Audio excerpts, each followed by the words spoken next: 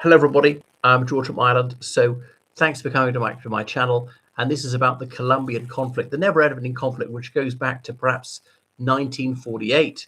There were two parties in Colombia, Conservador y Liberal, and they more or less alternated in office. And people say, well, really, they're two sides of the same coin.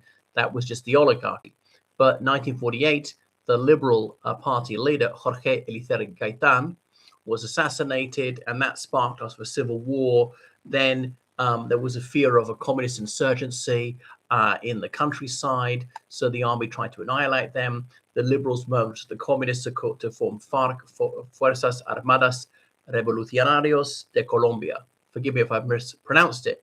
And anyway, they've been fighting ever since, so like over 60 years, against Autodefensas, what are they, Unidas de Colombia, the self-defense forces, which are the right-wing equivalent, and they're both narco terrorists, both funded by drugs, because obviously the coca leaf can be produced there, and in the slightly chilly mountains, in various South American places in the Andes, people would chew that, make them feel self-assured, speed up the heart, make them feel warmer or whatever. But you know, they can turn it into that paste, that liquid, those crystals, cocaine which people can snort, and they can smoke as crack and all the rest of it. I've never ever taken it. Now, should it be legalized? Now, people say cocaine or drugs are bad for you.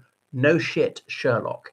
Everybody knows that. We've known that for decades, right? But that is not a sufficient argument. Remember, a lot of these drugs, cocaine and similar drugs, were only outlawed in most Western countries in the 1920s. And in that century of criminalization, drug abuse has increased exponentially. It has been the most spectacularly unsuccessful policy, the most unsuccessful policy of all time. You see how it's boomeranged on us. It couldn't have blown back possibly worse. And so clearly it hasn't worked. Is the criminal law really the right instrument to deal with people's substance abuse problems, these addictions and so forth? And what it does is to hand a vast amount of money to organized crime, which they wouldn't otherwise get.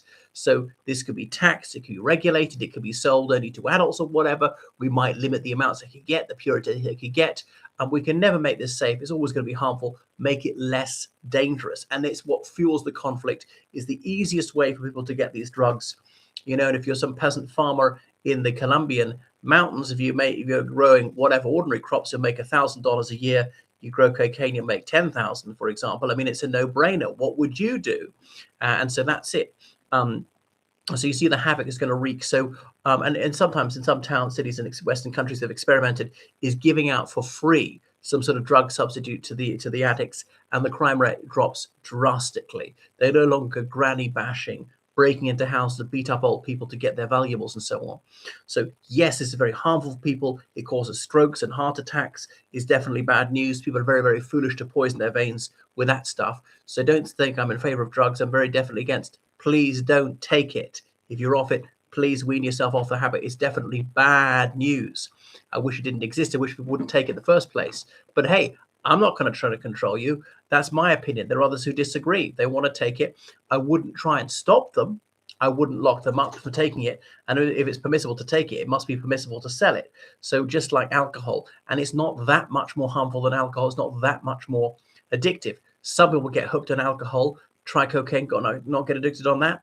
The other way around, and so on. Some people will get hooked on cocaine, try alcohol, and not like it. And there's all sorts of other drugs. So, and that's why this conflict has gone on for decades, and it has killed hundreds of thousands of people at least. That's why places like Colombia, sometimes also been a failed state, much of Mexico. It spread into Panama, Peru, Ecuador. You know, there's violence on the streets of Ireland, in Spain, in the United Kingdom, the United States, and so on. It's just so fast, spread so far. Okay, so how do we end this seemingly endless conflict? Wow, so many people have been killed, hundreds of thousands over the past few years, and millions of people displaced in Colombia alone. And I mean millions. That's a serious percentage of the population. So drugs clearly can't be defeated.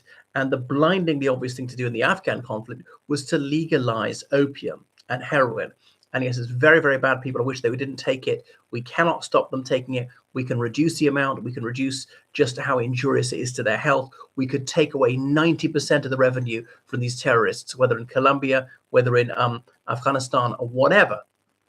And that means they can't pay their fighters, they can't purchase arms, they can't bribe people, and the conflict will be much, much more likely to come to a successful conclusion. You see places like Portugal, or is it Uruguay, where they decriminalize these things, and the rate of people dying from overdoses has dropped dramatically. We can't get it down to zero. Look in North Britain, the Scottish National Party, one of their only policies I agree with is these rooms where people could take drugs under controlled situations. I'd rather they injected heroin there than they had their needle full of HIV positive blood left in the playground. And remember, in Dublin, I have seen that. Needles in parks, needles floating in public lavatory. Anyway, so that the Colombian conflict, and that's why President Trump was accusing the left-leaning president there of not going far enough to try and extirpate the drug trade. That's Gustavo Petro and so on. The United States has intervened there militarily, is threatening to invade again, and so on. And it's nothing to do with them. The United States has absolutely no right to invade there. I mean, drugs are trafficked from the United States onto other countries. Should China invade the USA because of that? For example, should the Republic of Ireland, should we invade? And I know we don't have the military strength, but nevertheless, the drugs are often transshipped via the United States and other countries. So it's terrible what he is saying. Goodness. Anyway, so surely that is the only solution. They have tried and tried and tried everything. You see the abridgments of civil liberty in order to try and stop the drug trade, interdicting them by these warrantless wiretaps, by spying on people's financial affairs, by these no-knock search warrants where they kick open the door of the United States and burst in there, and sometimes unarmed, sometimes totally innocent people are shot dead. There are not even any drugs in the house.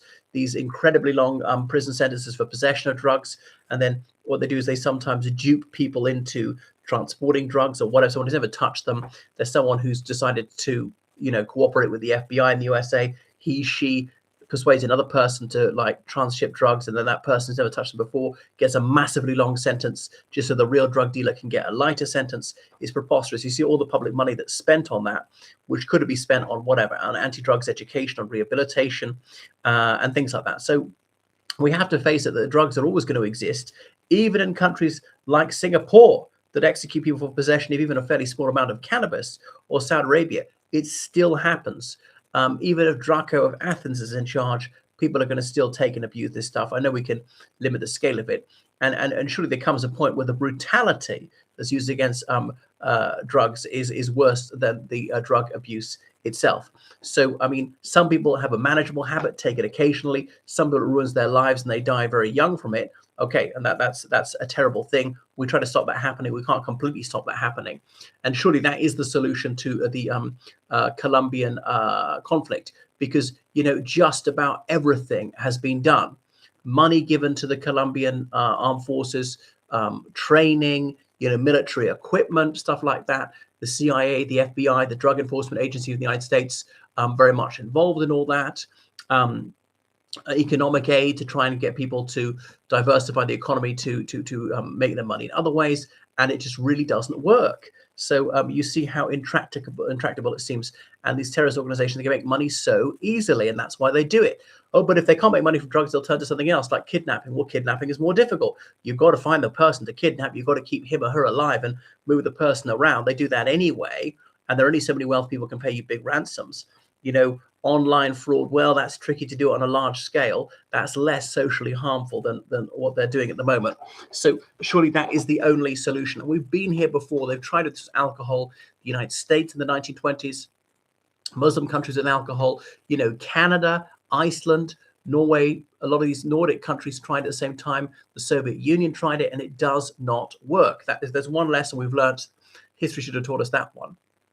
So surely that's the only solution. So we can make these things less harmful than they are presently than by legalizing. There's law enforcement against prohibition. Remember going to a talk by a Catholic priest from Glasgow who was saying this is the only way forward, and treat it like alcohol, like a social vice, something which is tolerated, which try and lead people away from, have a sensible evidence-based approach to solving the problem, instead of being so Manichaean about it, so judgmental, and pursuing a policy which just doesn't work. And this has been tested to destruction for over a century. Anyway, thanks for watching my video. Make sure you subscribe on Patreon, donate PayPal, georgecallahan79@gmail.com. Goodbye.